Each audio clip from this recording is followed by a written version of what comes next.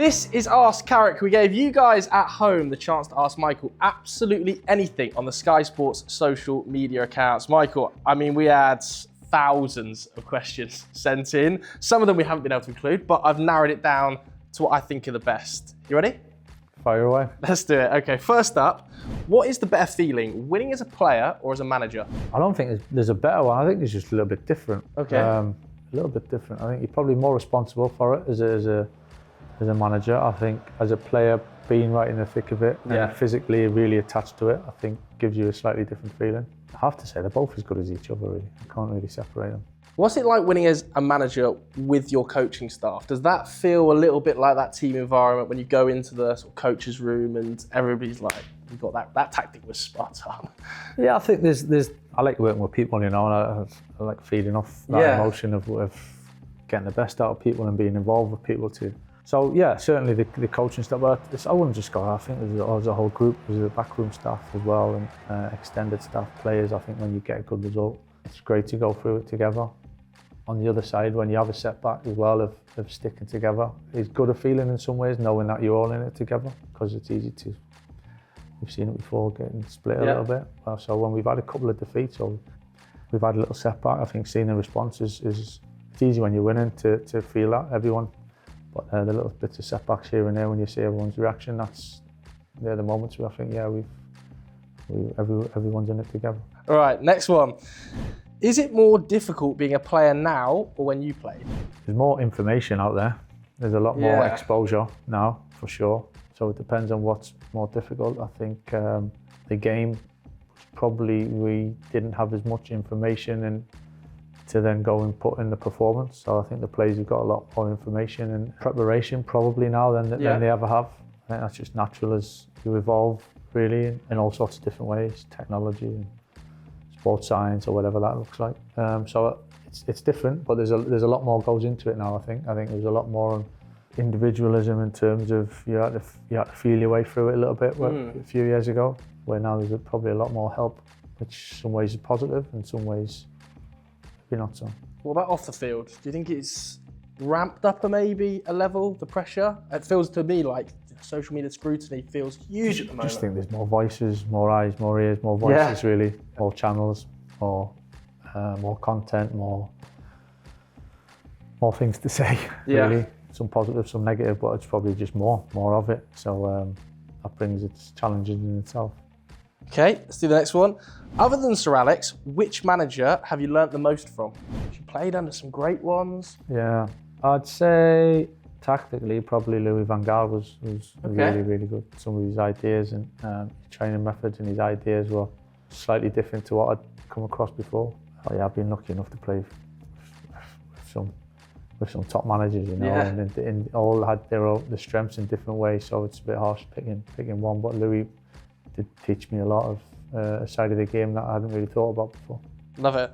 Which current Man United player would make the best manager? Difficult to say, actually. Who's doing the coaching badges? I think Bruno was doing his coaching badges at one stage. See, I think if you look through, maybe some players would have played with me a while ago and thought, you might have not thought I'd be in this position. It's sometimes when you finish playing or your mind goes in a different direction, it's hard to tell actually sometimes when they're players. I remember we did this with a few players before, and they said that they thought Diogo Dalot could be a really good coach as well. That Portuguese connection in the dressing room. Bruno as well. These guys, big leaders, big characters behind the scenes? Yeah, in some ways, yeah. It doesn't necessarily... Seeing different coaches, different types of managers, different personalities, and honestly, sometimes it's difficult to tell what direction players are going to go in. Sometimes you think the ones that are destined for it go in a different direction. So I think you've got to want to do it, you've got to love it. It's the only way. It's such a full-on kind of job that you have to really enjoy doing it. You can't go half-hearted, for sure, that's for sure. Okay, this next one is from your Instagram. People wanted to know the story behind this photo.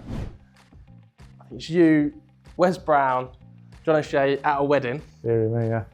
And the caption says, where's this popped up from? So where has this popped up from? Yeah, that's a good question, actually. I'm not sure. I've got a feeling it might have been Wayne's wedding. Okay. It might have been Wayne's wedding. Can't remember too much about it, though. I can remember the wedding, I just can't remember the photograph, I think it was Wayne's wedding, yeah. John O'Shea, Wes Brown's the culprits, the ties around the head there, the guys they forced me to do it, yeah. They forced you? Yeah. Michael had no say in the matter here. Dragged onto the dance floor at Wayne's wedding. Yeah. Good wedding though? Yeah, it was a very good wedding, yeah. Okay. Next question. Is there an ex-Man United players WhatsApp group? Yeah, there is. Is there? Yeah, there is, yeah. Wow. Who's in it? To be honest with you, I'm actually not in it at the moment because it's a little bit strange being in it. And, so it's not that I'm not friends with the boys because I still keep in touch with a lot of them. But there's a little bit of a kind of an area I let them say what they need to say. Yeah, absolutely. When you became coach, they can give me all sorts of stick or question the team or whatever they want to do, but at least they do keep it away from you. But you were in it at one stage. Yeah. So who else is in that? There's a lot of players in it. I mean, probably around the stage of the team from maybe 2009. Yeah. 2012, maybe 2013, something like that. So there's a right mixed bag really of. And it's great, to be honest. It's great. I still keep in touch with a lot of boys anyway, so it's nice. It's difficult. Everyone expects you to be best mates all the time, but it's like any workplace in some ways where you kind of get really close with some and others, and you'll see others then in a few years, or when you bump into someone and it's like you've never been away, but you don't really keep in touch. So there's a little bit of that. It's the same as normal life, really. Who are you close to that you used to play with now, would you say? John O'Shane, Wes Brown. You've incriminating evidence, so Michael's got to say that. No, there's a group of us that live locally as well, and Wayne, obviously Fletcher's here, and Johnny Evans is here. Darren Gibson lives close by, so there's Tom Cleverley and Danny Welbeck still messages me now and again. So there's a good group of us, and I think it shows the time that we had here and the spirit that we had that you can. A lot of years later, obviously Rio and Vida, I'm still close with and speak to, so it's nice to have. Yeah, absolutely. Talking of ex-players, which player that you played with do you think is the most underrated technically? Throwing back to your playing days a little bit here, so it's a tough one. Underrated, I think a lot of us always say G, really. Just as a all-round footballer, he was so good. Such a team player, but yet so good. So G's the one really you look at and say he's underrated. I think a lot of people would have said you, that they played with. Yeah, maybe, I don't know. Can't say. They talk about something else. Yeah. Next one, everybody was asking this. Should Bruno Fernandes win the Premier League Player of the Season? He's had a fantastic season, Bruno, I think. Numbers is numbers. I'm not kind of brought up on numbers as such as judging a player, but it is certainly something now, and it is something that he's really excelled at. It's more that though, it's the impact and the importance of the moments. I think this is what shines through really with Bruno.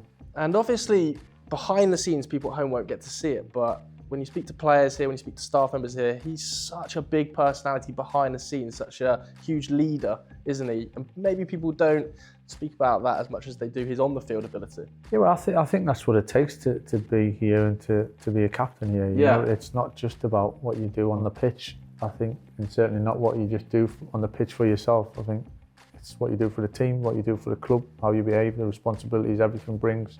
Different pulled in different directions, different duties, if you like. Yeah. And you've got to be able to carry that off and still perform, and certainly Bruno does that. And obviously he's so demanding as well, but in a positive way. We were speaking to Benjamin Sesko earlier, and he was saying, Bruno is on me, drive me to be better, drive me to do certain things. Does he set those standards behind the scenes on the training ground and on the pitch?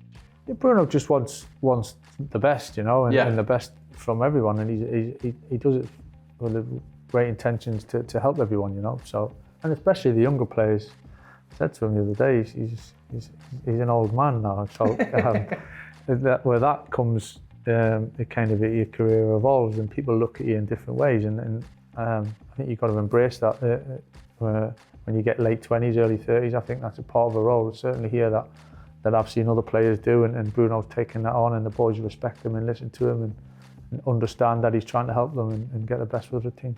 Yeah, I mean, another player that, like you said, very senior in the dressing room.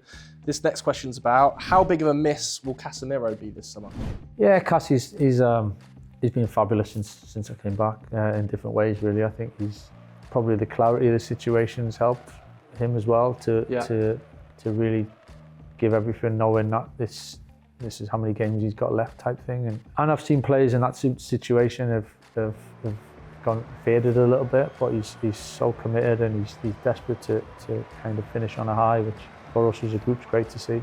He's respect, utmost by the group as well, and you can see that. So he's been a joy to have, I have to say, and respect him, and he's shown us the respect and wants to help and played a big part of what we've done so far. You two seem to have a great connection as well. We saw it at the bridge at the weekend, that sort of jumping on each other. Is that from just mutual respect, or is that because you both play the same position? You seem to have such a good connection with Casemiro. Yeah, I think it's not so much the position. I think that's kind of, I understand why people might suggest that. It's more of he's a senior player, you know, and he's got an important role in so many ways around the group, as others have, and it's having that connection and that respect between us that helping each other ultimately for the group. And he's been fantastic whenever we've asked anything or spoke to him. And a great experience to help us all. Right, let's flip to a player on the other end of his career. What was the first piece of advice you gave Cobby when you arrived this season? Probably picked him in the starting team, really. I've not had to say loads or give Cobby an awful lot. I've been really conscious of letting him play his football and find his way and find his rhythm, give him pieces of advice here and there, and obviously a bit of a direction, but to go and trust himself. We trust him immensely, and to go and do what he can do and express himself, and he's certainly done it. Because people at home might not know this, but you've actually worked with Cobby since he was really young, hasn't it? Haven't you? Like, I think maybe, was he 13, 14 when you first met Cobby? Yeah, so in a small way. I'm not taking any credit for his development, by the way. But yeah, certainly when I was going through my coaching badge and I was here before then, there was a small crossover there. So obviously all the way through, there's been kind of high hopes really, and understand the talent that he had, and to be just turning 21 at the weekend and achieved in the games that he's played in, the impact that he already, he's still so young and he's still got a lot to come. Final question then. Has Matheus Cunha taken you surfing yet? No, he hasn't, no. But knowing Matheus, he's probably looking to try and do it at some point, yeah. Will you go on the board with him? You get up there? I'm not sure I'll be able to stand up there. Too tall and my legs are too long, I think. Michael, I love that. Thank you. Cheers.